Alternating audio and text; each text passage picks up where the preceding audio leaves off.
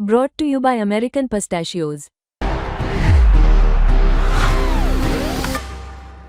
That's the power of the statue. So you've seen him flying around on a cricket field and perhaps at the peak of his powers. Ladies and gentlemen, please welcome Glenn Phillips. Uh, he's perhaps, as I said, peak of his powers as a batter, as a bowler, and of course, as a fielder too.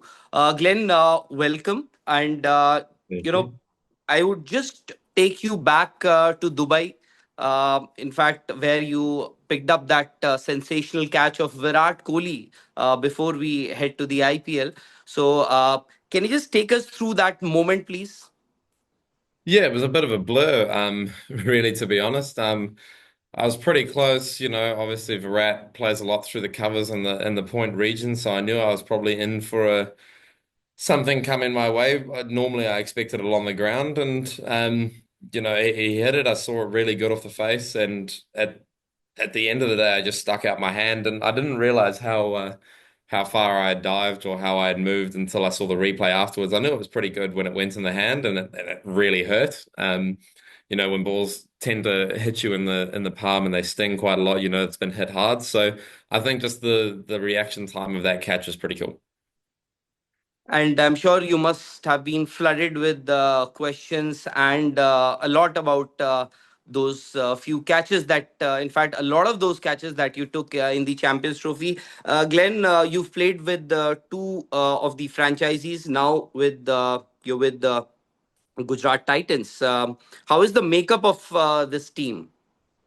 Yeah, I think it's really, really good. We've got a seriously strong batting lineup with Joss and Shubman up the top there, and then the local boys obviously have their strengths of their own. Guys like Sharrock coming in with an immense amount of power, and and Raul Tawatia at the end, who's had a whole bunch of exploits of his own, and he's a legend, especially in the Gujarat setup, and to be able to have guys like Pradeep Krishna, or Prasad Prasad Krishna. Krishna. Um, um, I just know them as PK now, so I'm trying to get used to guys' names and get in amongst the environment. But we've got a really well balanced lineup.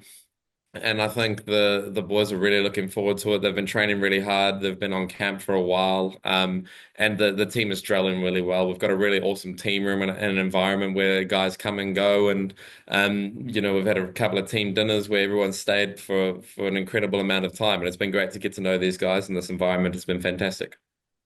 And Glenn, a lot of people who've been following cricket have been talking about Shubman Gill and Rachin Ravindra being the two next big thing in world cricket. How do you see both these players? Rachin Ravindra, of course, is a player who plays for your national side, that's New Zealand. And as far as Shubman is concerned, he's going to lead this Gujarat Titans. How do you see both these players? Yeah, they're both incredible players. I had the privilege of being at the Under-19 World Cup and opening the batting with Rachin. So I've seen it firsthand from when he was a 16-year-old right up until where he is now. And it's been a fantastic journey from him. Shibman obviously was a little bit younger than me. So I definitely grew up. Well, I carried on my career watching him from a little bit of a distance and knowing that he was going to be something special. But then playing against him on the international stage, you just see how calm he is, how much power he produces. And his skill level is through the roof. So between him and Rachin, there's so much going for the future of cricket, and obviously inspiring kids that are coming through to be able to be as good as those two. It leaves the cricket fans wanting more every time they come to play, and I think it's great for the environment. Shipman's really shown that he can be effective in all three formats. His IPL record is phenomenal. How he's got a whole bunch of hundreds as well has been fantastic. Rachin obviously has excelled really well in the ODI game and the Test game. He's still learning his way in T20 cricket, but I think the way he's understood his ODI game and how he's begun to explore his power side of things a lot more, I think it's going to put him in a lot better stead going further forward in his T20 game. But obviously, it's still really early days for him in that department. And I think the way he learns and how quick he is at picking things up, he's going to be a real star to watch as the future goes on.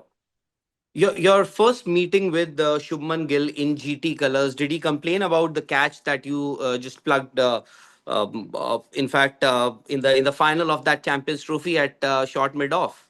The only thing he said to me was, "What's your problem with MRF bats? It seems like anyone with an MRF bat just seems to hit it straight to you, and you won't drop them." So, um, yeah, no, he's got a great sense of humor, and we had a good yarn at the team dinner the other night. It's great to actually get to know him personally and to be in his team rather than see him scoring runs against us all the time. And he's a really down to earth guy, really enjoyable to be around. He really invites everyone to come and have yarns and just be really personable with people.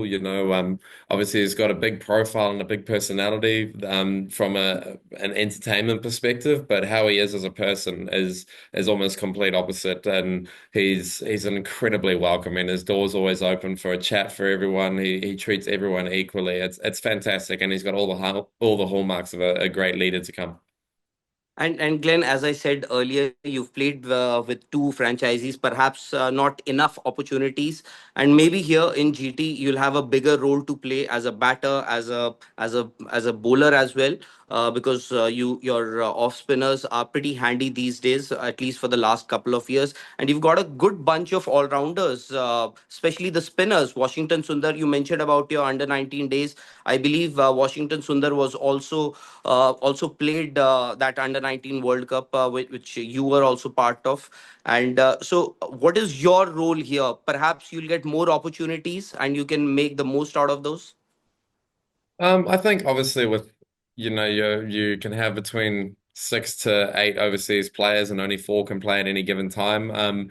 Definitely reduces opportunities. You've got to be one of the really top players to be able to actually make the side. And it wasn't for a lack of trying. And obviously I cover a lot of bases, but there's other guys that obviously get paid a little bit more, and the money obviously talks. People that play a lot for players, they obviously get the most opportunity. And at this stage, I'm more than willing to bide my time, just be a part of environments, and keep giving my best. And when the opportunity comes, try and do my best for it.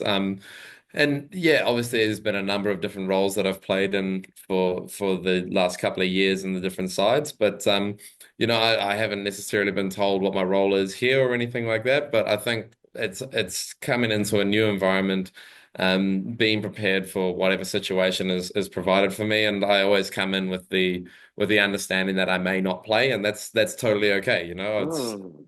we get paid regardless. We're part of a really great franchise here, and there's plenty of training opportunities. So even if I don't play, there's plenty of learnings to be taken out of environment like this. And if I do play, trying to go out there, give everything I can to the team, and hopefully make a difference. Well, maybe you've given us an indication as to what the makeup of your 12 would be against Punjab, whom you I play have tomorrow absolutely next. no idea, mate. No? Absolutely Okay. no idea. Okay. So one last question, Glenn. How has T20 cricket changed?